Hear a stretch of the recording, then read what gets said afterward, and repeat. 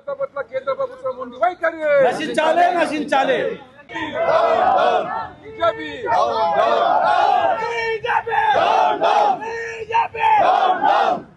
విద్యార్థులపై కేంద్ర ప్రభుత్వం అండి వైఖరి విద్యార్థులపై కేంద్ర ప్రభుత్వం అండి వైఖరి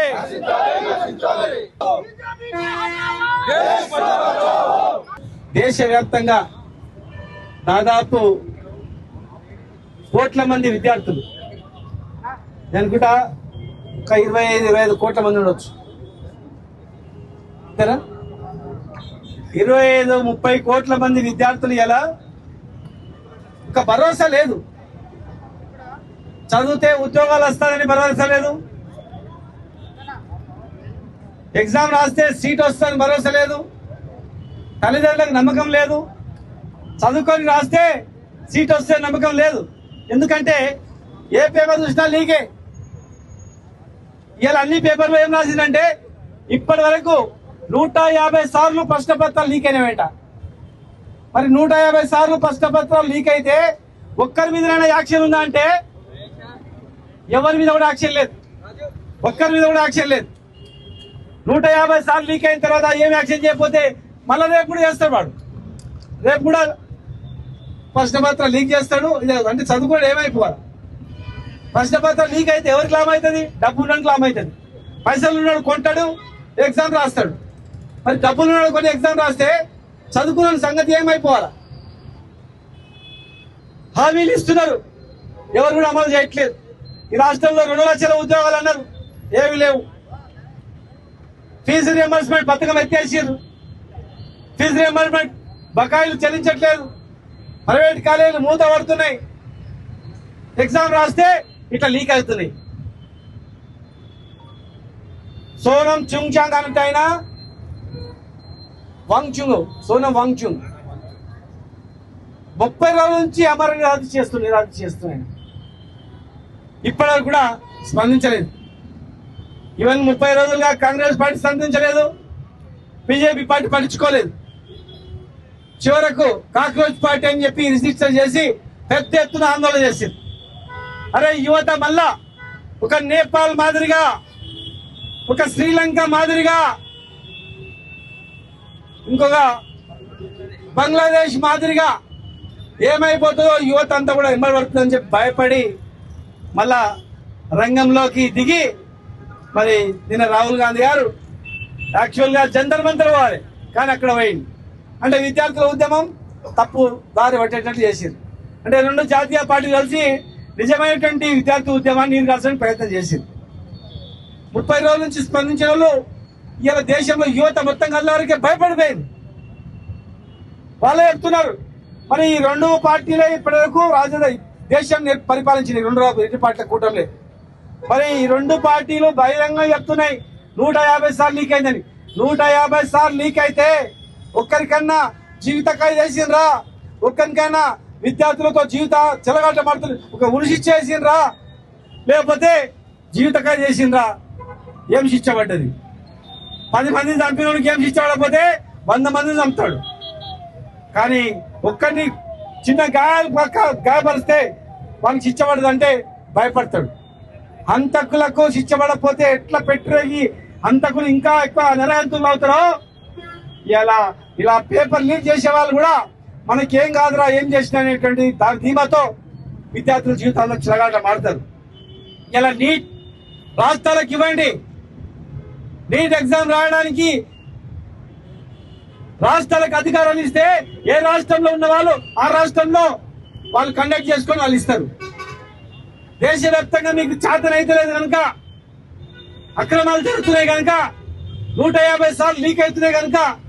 రాష్ట్రాలకు ఇచ్చే అధికారాలు రాష్ట్రాలకు ఇస్తే ఆ రాష్ట్రాలు కండక్ట్ చేసుకుంటాయి చట్టపరమైనటువంటి యాక్షన్ తీసుకుంటది అంతేగాని మీ చేతిలో పెట్టుకొని అధికారాలు మీ చేతిలో పెట్టుకుంటే కాదు ఇలా 42% రిజర్వేషన్ ఇచ్చేది కూడా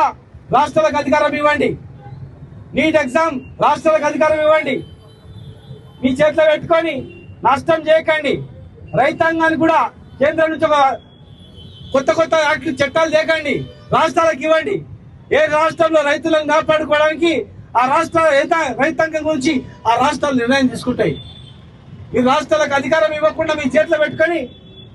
ఇంతమంది కోట్ల మంది జనాభాతో జీవితాలతో చిలగాటం ఆడటం పూర్తిగా మేము ఊరుకోం. ఖచ్చితంగా బీఆర్ఎస్ పార్టీ నుంచి ఆందోళన చేపడతాం. మరి రేపు కూడా కేటీఆర్ గారు బర్త్డే ఉన్న బర్త్డే చేసుకొని విద్యార్థుల గురించి సమావేశం ఏర్పాటు చేస్తారు. ఇంద్రపార్క్ దగ్గర కూడా రేపు కూడా మరి ఏర్పాటు చేయడం జరిగింది. విద్యార్థులందరూ కూడా మరి రేపు జరగబోయేటువంటి ఇంద్రపార్క్ ధర్నా కూడా పోవాలి. దేశంలో ఉన్నటువంటి యువతకు మనం భరోసా ఇవ్వాలి. ఖచ్చితంగా ఈ రాష్ట్రం మళ్ళీ కేసీఆర్ గారి నాయకత్వంలోనే సుభిక్షంగా ఉంటది. ఆందోళన చెందొద్దు, చనిపోవద్దు, ఆత్మహత్యలు చేసుకోవద్దు. ధైర్యంగా తెలంగాణ రాష్ట్రం ఎట్లా తెచ్చుకున్నామో ఆ రకంగా తెచ్చుకొని మనం ముందుకు తీసుకెళ్దాం. దేశంలో ఉన్నటువంటి యువత కూడా తెలంగాణలో కూడా ఈ మహబూబ్నగర్ లో కూడా మా గురించి సాంఘీభావం తెలిపిండ్రు అనేటువంటి భరోసా దేశంలో ఉన్నటువంటి యువత కూడా మనం ఇవ్వాల్సిన బాధ్యత మన పైన ఉందని చెప్పి తెలియజేస్తూ ఇంత తక్కువ సమయంలోనే మెసేజ్ చూసుకొని ఇంత పెద్ద ఎత్తున కలిసి వచ్చినటువంటి యువతకు నాయకులకు అందరూ కూడా పేరు పేరు నమస్కారాలు తెలియజేస్తూ కేంద్ర మంత్రి రాజీనామా చేసేంత వరకు నీట్ పరీక్షలో లీకేజ్లను అరెస్ట్ చేసి కఠినంగా శిక్షించే వరకు రేపు భవిష్యత్తులో విద్యార్థులకు భరోసా ఇచ్చేంత వరకు నిరంతరం ఢిల్లీలో జరిగేటువంటి ఆందోళన కార్యక్రమాల్లో మనం కూడా ఇక్కడ నుంచి వాళ్ళకి సాంఘీభావం తెలిపి అవసరం అనుకుంటే మనం కూడా వెళ్ళి డైరెక్ట్ గా వాళ్ళతో చేతులు కలిపి ఆందోళన చేయడానికి కూడా మనం అందరం కూడా సిద్ధం కావాల్సిన అవసరం ఉందని చెప్పి కూడా తెలియజేస్తూ కేంద్ర మంత్రి వెంటనే నీట్ పరీక్షలో దోషులను వెంటనే నీట్ ఎగ్జామ్ లో జరిగినటువంటి అవకతవకలు వెంటనే విచారణ జరపాలి. నీట్ పరీక్షలో అవకతవక జరిగినటువంటి వారిని వెంటనే శిక్షించాలి. అక్రమార్కులను శిక్షించాలి.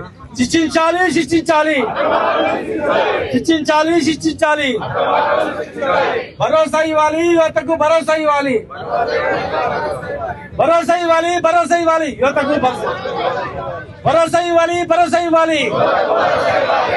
భరోసా ఇవ్వాలి. విద్యార్థులకు భరోసా ఇవ్వాలి. జై తెలంగాణ.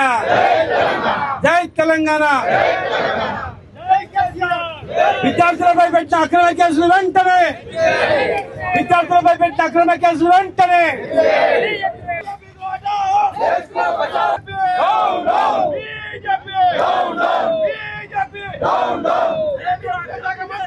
రాజీనామా చేయాలి. కేంద్ర విద్యాశాఖ మంత్రి బీజేపీ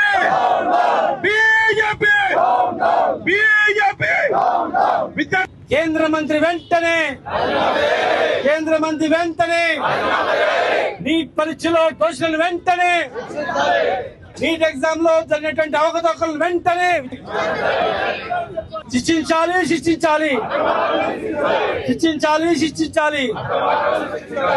భరోసా